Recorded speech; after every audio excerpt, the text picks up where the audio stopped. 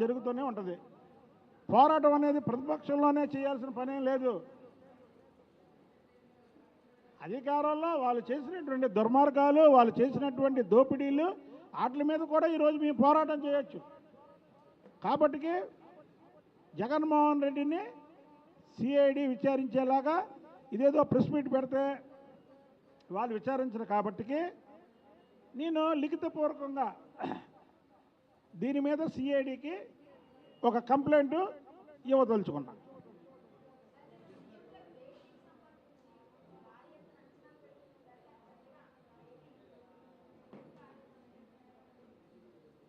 ఏదమ్మా తెలంగాణ భేటీయా, చంద్రబాబు నాయుడు గారు ముఖ్యమంత్రి గారు కాబట్టి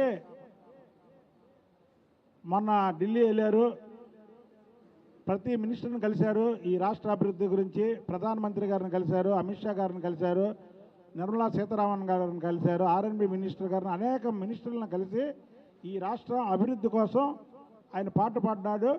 ఆ పాటు పడినటువంటి భాగంలోనే ఈరోజు నిన్న ఈ ఏదైతే తెలంగాణ ఆంధ్రప్రదేశ్ ముఖ్యమంత్రుల కలయిక దాని మీద జగన్మోహన్ రెడ్డికి ఎన్నికలప్పుడు డబ్బులు పంపించినటువంటి కేసీఆర్, జగన్మోహన్ రెడ్డి ఏ రోజన్నా ఈ రెండు రాష్ట్రాల అభివృద్ధి గురించి కూర్చున్నారా?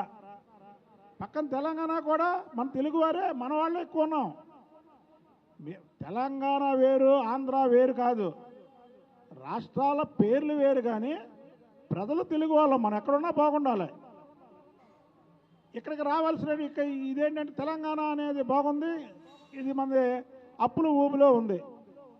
కాబట్టికి చంద్రబాబు నాయుడు గారు ఒక అడుగు ముందుకేసి అక్కడ మనకు రావాల్సిన వాటాలు, అలాగే అయితే ఆ నీటిలో రావాల్సినటువంటి వాటాలు, ఇవన్నిటి గురించి ఒక అడుగు ముందుకేసి ఏదైతే